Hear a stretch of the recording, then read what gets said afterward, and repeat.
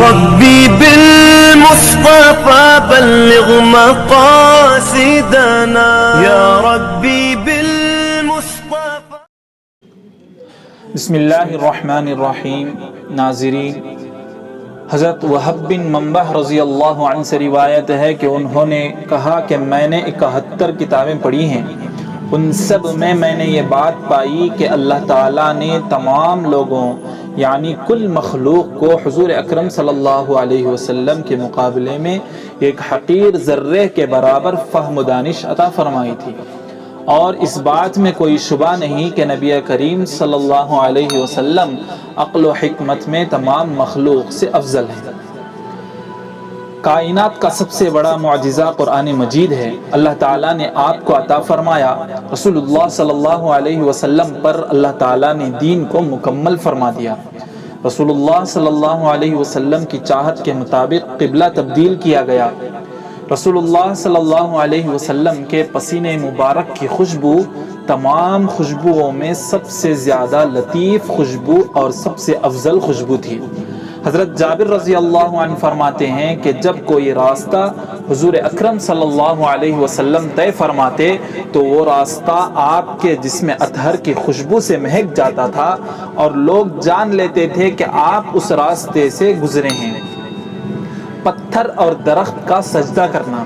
جب حضور اکرم صلی اللہ علیہ وسلم کسی پتھر یا درخت کے پاس سے گزرتے تو وہ سجدہ کرتے تھے۔ حضرت انس رضی اللہ تعالی عنہ فرماتے ہیں کہ ہم نبی کریم صلی اللہ علیہ وسلم کے سامنے آنے سے پہلے ہی خوشبو سے ہم آپ صلی اللہ علیہ وسلم کو پہچان لیتے تھے۔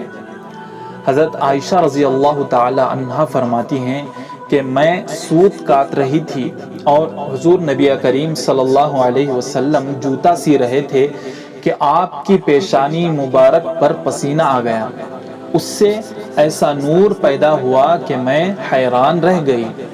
حضرت عائشہ صدیقہ رضی اللہ تعالی عنہ فرماتی ہیں کہ نبی کریم صلی اللہ علیہ وسلم تمام لوگوں میں سب سے زیادہ حسین اور خوبرو تھے۔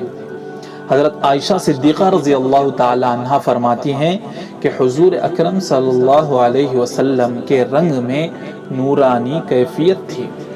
حضرت ابو ہریرہ رضی اللہ تعالی عنہ سے روایت ہے کہ نبی کریم صلی اللہ علیہ وسلم کے پاس ایک شخص آیا اور عرض کیا کہ یا رسول اللہ، میں اپنی بیٹی کی شادی کر رہا ہوں، آپ اس میں میری مدد فرمائیں۔